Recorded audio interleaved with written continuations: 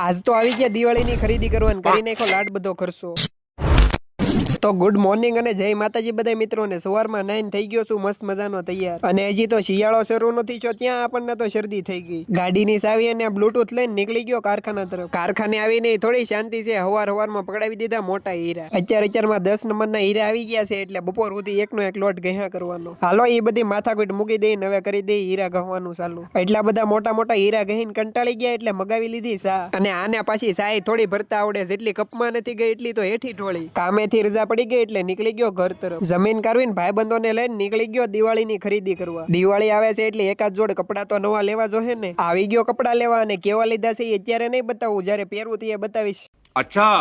કપડા લેવાઈ ગયા એટલે આવી ગયો બૂટ લેવા. દિવાળી હાટુ કપડા અને બૂટ લઈ લીધા ને ખર્ચોય લાંબો ટૂંકો થઈ ગયો. પછી આવી ગયો બધા ભાઈબંધો પાસે બે હવા બાકડે. કેટલાય દિવસ પછી બાકડે એવો થયો એટલે ભાઈબંધો અરે મોડે સુધી હવાણી કરી. તો આજનો મિની વ્લોગ અહીંયા સુધી. તે વ્લોગ તમને કેવો લાગ્યો કોમેન્ટ કરીને જણાવી દેજો, અને મળશું પાછા કાલે.